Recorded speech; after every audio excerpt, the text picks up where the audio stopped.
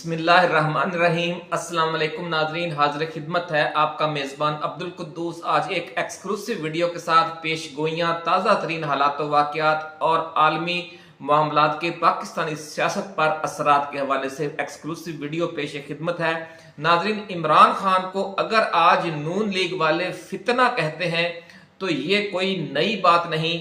सरमायादाराना निज़ाम के पैरोकार न सिर्फ हर इनकलाबी को बल्कि खुद इस्लाम को ही सदियों से फितना करार देते आ रहे हैं, और ये गवाही आज हम अल्लामा मोहम्मद इकबाल रहमतुल्लाह अलैह की जुबान मुबारक से आपकी खिदमत में पेश करेंगे कि किस तरह आलमी सरमायादाराना निज़ाम का जो सबसे बड़ा सरप्रस्त है वो सदियों से इस्लाम को ही फितना करार देता है।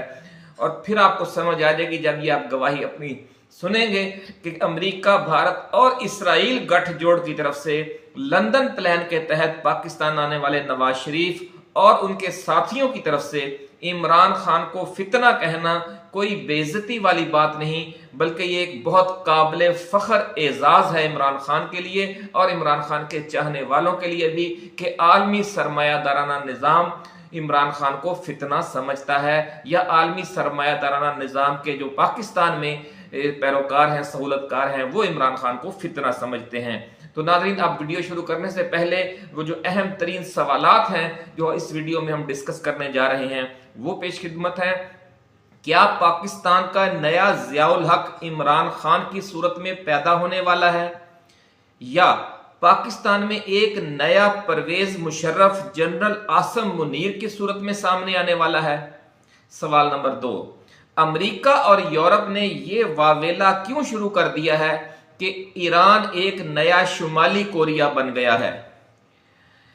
यूक्रेन और इसराइल में जारी जंगों से तंग अमेरिका और नेटो ममालिक में ईरान पर बराह रास्त हमले की सोच क्यों पैदा हो रही है? क्या ईरान पर हमला पहले किया जाएगा, या पहले ईरान के दोनों बाजू काटने के लिए लबनान और यमन पर बड़े हमले होंगे? दुनिया को अब जिस नई जंग का सामना है इसके पाकिस्तान की सियासत पर क्या असरात मुरतब होने वाले हैं? और क्या दूसरा ऑप्शन ये ज़ेरे गौर है कि पाकिस्तानी राय आमा के 100% अमेरिका मुखालिफ होने से बचने के लिए इमरान खान को ज़ियाउल हक की सूरत में कबूल कर लिया जाए ताकि वो इस्लाम पसंदों और अफगान तालिबान के साथ अमेरिका का वर्किंग रिलेशनशिप कायम रख सके? नाज़रीन, आज बहुत अहम सवाल लेकर हम आपके लिए हाजिर हुए हैं और इनकी जो डिटेल है वो उससे भी ज्यादा अहम है। ये एक्सक्लूसिव वीडियो हम आपकी खिदमत में पेश करने जा रहे हैं, लेकिन पहले जिक्र हो जाए कुछ पेश गोइयों का। शायर मशरक ने नाज़रीन फरमाया था कि हादसा वो जो अभी पर्दाए अफलाक में है, हादसा वो जो अभी पर्दाए अफलाक में है, अक्स उसका मेरे आईनाए अदराक में है। अल्लाह के जो नेक बंदे हैं नाज़रीन, जिन्हें वो साहिब बसीरत बना देता है, वो आने वाले दौर की एक धुंधली सी तस्वीर बरसों बल्कि सदियों पहले देख लेते हैं। हमारी साबका वीडियोस नाज़रीन आपको याद होंगी कि जिनमें हमने अल्लामा मोहम्मद इकबाल रहमतुल्लाह अलैह की मुख्तलिफ पेशगोइयों का हवाला दिया था जो बाद में दुरुस्त साबित हुई। सरमायादाराना इबलीसी निज़ाम के खिलाफ इश्तराकियत यानी कम्युनिस्ट इनकलाब की आंधी से जिस वक्त पूरा यूरोप लर्ज़े बरअंदाम था, उस वक्त इकबाल ने पेशगोई की थी कि ये जो मजदूर तहरीक है, लादेनी मजदूर तहरीक, दुनिया को और सरमायादाराना निज़ाम को हिलाकर जरूर रख देगी, लेकिन सरमायादाराना इबलीसी निज़ाम को के जो इस के अपना जो कम्युनिस्ट इनकलाब है इसके हाथों शिकस्त खा जाने का कोई इम्कान नहीं है, बल्कि ये जो मजदूर तहरीक है या कम्युनिस्ट इनकलाब है ये खुद शिकस्त खा जाएगा।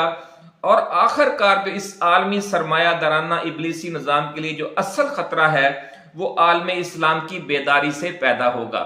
नाज़रीन, आपने देखा, बल्कि पूरी दुनिया ने देखा कि अमेरिका और नेटो ममालिक पर मुश्तमिल आलमी सरमायादाराना निज़ाम ने कम्युनिस्ट ब्लॉक को आखिरकार जेर कर लिया, लेकिन आलम इस्लाम बार बार मज़ाहमत करता है और एक मैदान में शिकस्त खाकर दूसरे खित्ते में चैलेंज बनकर खड़ा हो जाता है।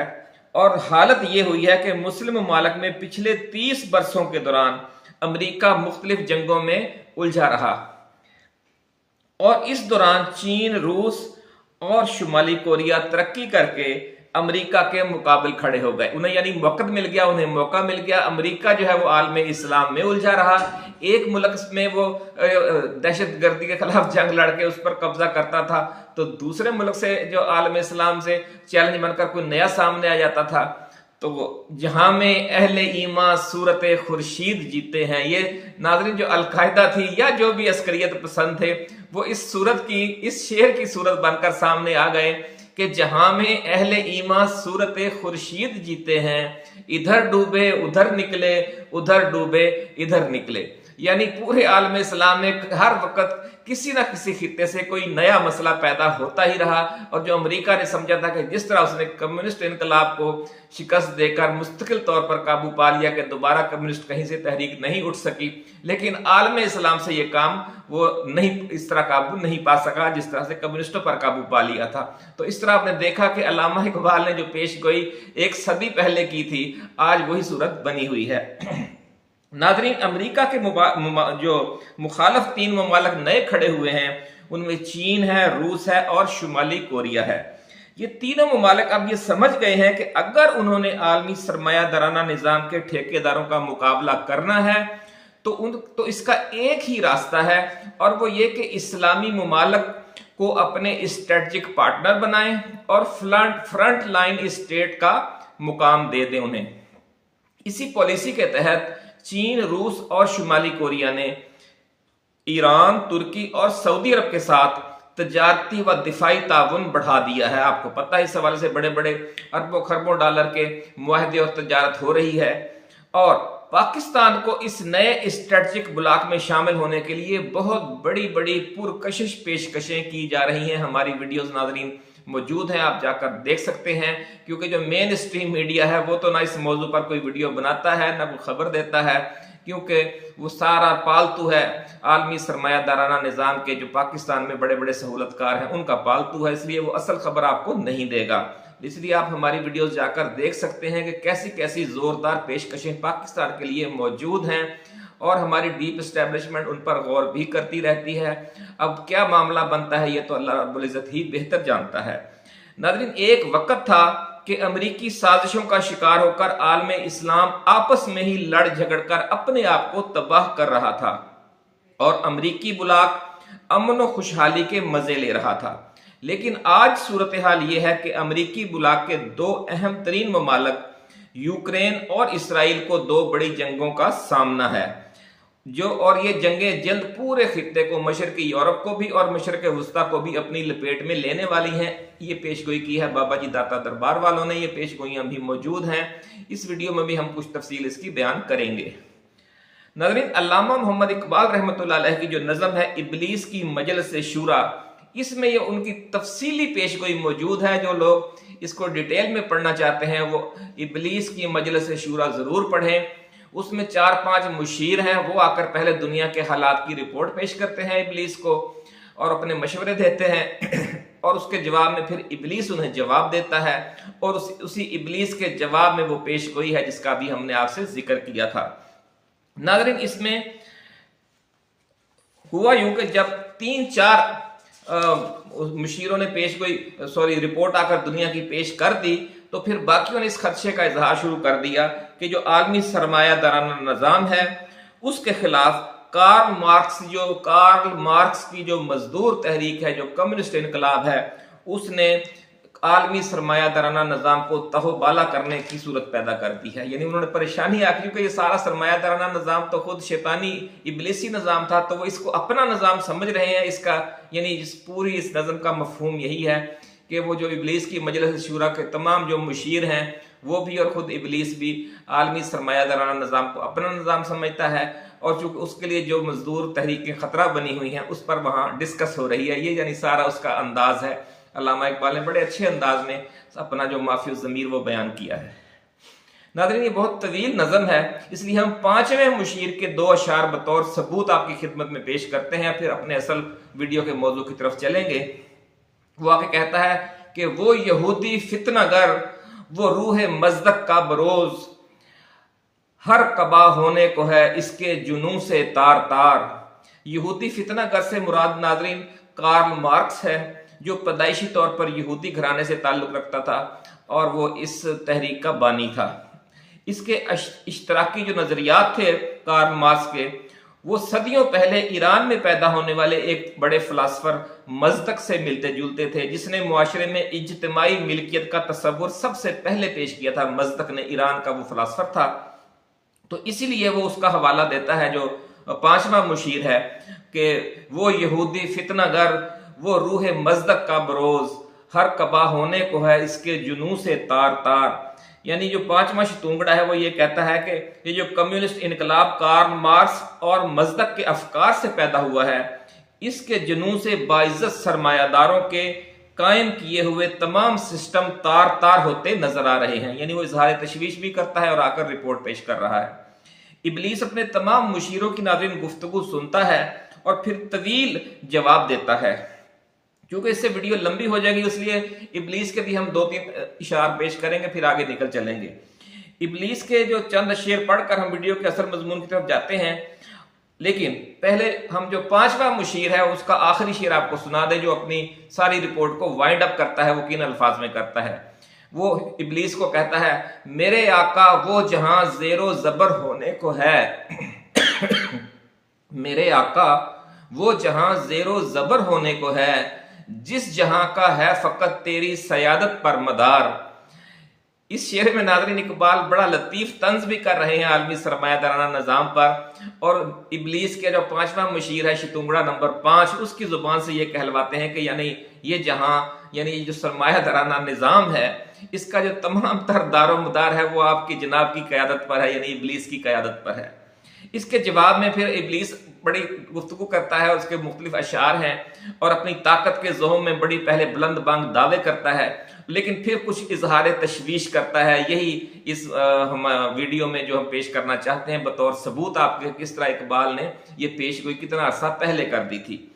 वो कहता है, अब इब्लीस कह रहा है, कब डरा सकते हैं मुझको इस तरह की कूचा गर्द, ये परेशान रोजगार आशुफ्ता मग़ज़ आशुफ्ता मुंह, है मुझको खतर कोई तो इस उम्मत से है, जिसकी खाकिस्तर में है अब तक शरारे आरजू, जानता है जिस पे रोशन बात ने अय्याम है, मज़दकियत फितनाए फरदा नहीं इस्लाम है।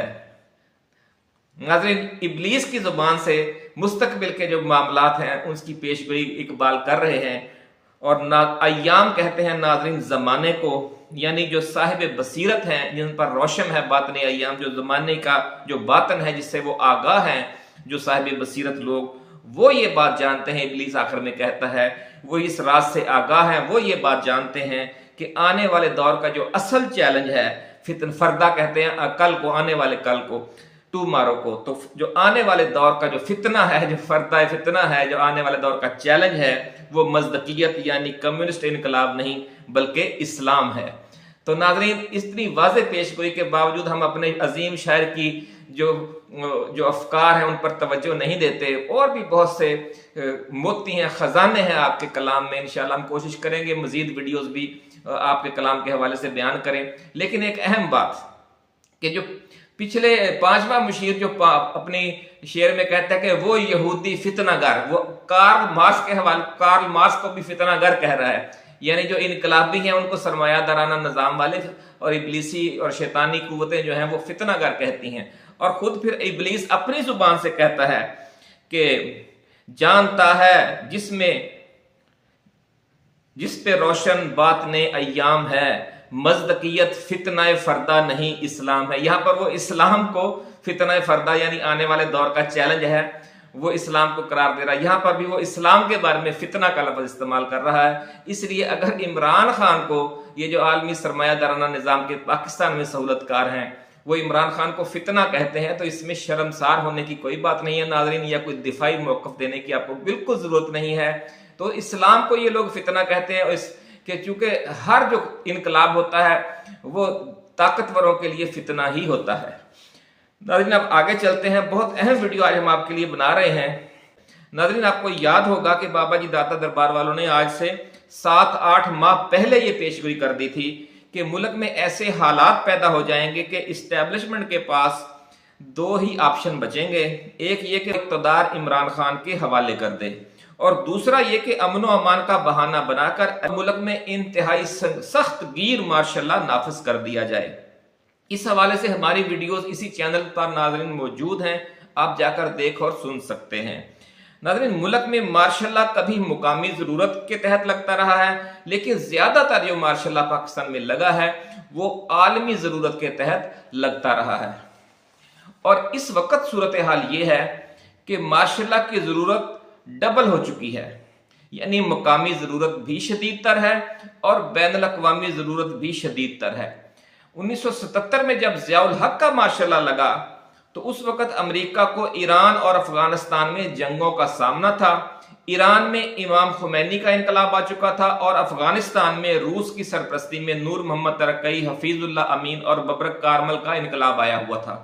इसलिए पाकिस्तान में जमहूरियत का बोरिया बिस्तर गोल करके मार्शल लगाना बैनुल अक़वामी ज़रूरत बन चुकी थी। फिर 9/11 के बाद बैनुल अक़वामी ज़रूरत बनी और फिर ज़ियाउल हक आ गया। और 9/11 के बाद परवेज़ मुशर्रफ कैसे आया वो भी सुन लें कि अमेरिका को अलकायदा की सूरत में एक नई आलमी जंग दरपेश थी। 1977 में ईरान और अफगानिस्तान चैलेंज बने हुए थे और 9/11 के वक्त इराक और अफगानिस्तान चैलेंज बने हुए थे। इसलिए पाकिस्तान में जमहूरियत का बोरिया बिस्तर गोल करके मार्शल लगवाना बैनुल अक़वामी ज़रूरत बन चुका था, इसलिए परवेज़ मुशर्रफ आ गए। इस वक्त नाज़रीन सूरत हाल ये है कि अमेरिका को लबनान में हिजबुल्लाह, यमन में हौसी मलेशिया और ईरान में पासदाराने इनकलाब के साथ एक नई जंग दरपेश है। इसीलिए ईरान को नया शुमाली कोरिया कहा जा रहा है। तो ये असल में सारी सूरत हाल है। एक बार फिर अमेरिका को खित्ते में एक बड़ी जंग दरपेश है। यूक्रेन और रूस का महाज भी गर्म है, इसलिए एक बार फिर पाकिस्तान में जमहूरियत का जो बोरिया बिस्तर है वो गोल होता हुआ नजर आ रहा है और जो मार्शल है वो बैनुल अक़वामी ज़रूरत बन चुका है। और आप देख रहे हैं कि बगैर एलानिया मार्शल कमोबेश नाफिज है। जनरल आसिम मुनीर को परवेज मुशर्रफ बनाकर मार्शल लगाने का ऑप्शन 40% बताया जा रहा है और इमरान खान को ज़ियाउल हक की सूरत में अमेरिका और इस्लामी मुमालिक दोनों के लिए काबिल कबूल हुक्मरान की सूरत में लॉन्च करना, इस चीज का जो इम्कान है वो ज़राए कहते हैं कि 50% है। अब देखना यह है कि नाज़रीन हतमी फैसला क्या होता है। ताहम बाबा जी दाता दरबार वालों का कहना है कि मशरिक़ वुस्ता में एक बहुत खौफनाक जंग छिड़ने वाली है और बहुत से अल्लाह वालों को जनूबी लबनान, यमन और ईरान पर मिसाइलों की बारिश होती हुई नजर आ रही है। अल्लाह रब्बुल इज़्ज़त आलम इस्लाम पर रहम फरमाए। लेकिन एक बात नाज़रीन तय है कि आलमी सरमायादाराना निज़ाम के लिए आखिरकार हकीकी चैलेंज आलम इस्लाम से ही उठकर खड़ा होगा। वो चैलेंज ईरान, यमन और जनूबी लबनान से बरामद होता है या तुर्की, आज़रबाईजान, अफगानिस्तान और पाकिस्तान से। इस राज की तफसील के लिए हमें फिर एक और वीडियो बनाना पड़ेगी, क्योंकि ये वीडियो बहुत तवील हो गई है। कि जो अगला चैलेंज है आलमी इस्तेमारी निज़ाम को, जो फितना फरदा है, वो ईरान, इराक, लबनान, शाम और यमन से उठेगा या तुर्की, आज़रबाईजान, अफगानिस्तान, पाकिस्तान और जो कुछ दूसरे ममालिक से उठेगा। इस पर हम एक और वीडियो बनाएंगे। उस वक्त तक के लिए अपने मेज़बान अब्दुल कुद्दूस को भी इजाज़त दीजिए। आप अपना, दोस्तों, रिश्तेदारों और गिरदो नवा में रहने वाले तमाम अहले वतन का बहुत ख्याल रखिएगा। अल्लाह हाफिज। पाकिस्तान जिंदाबाद।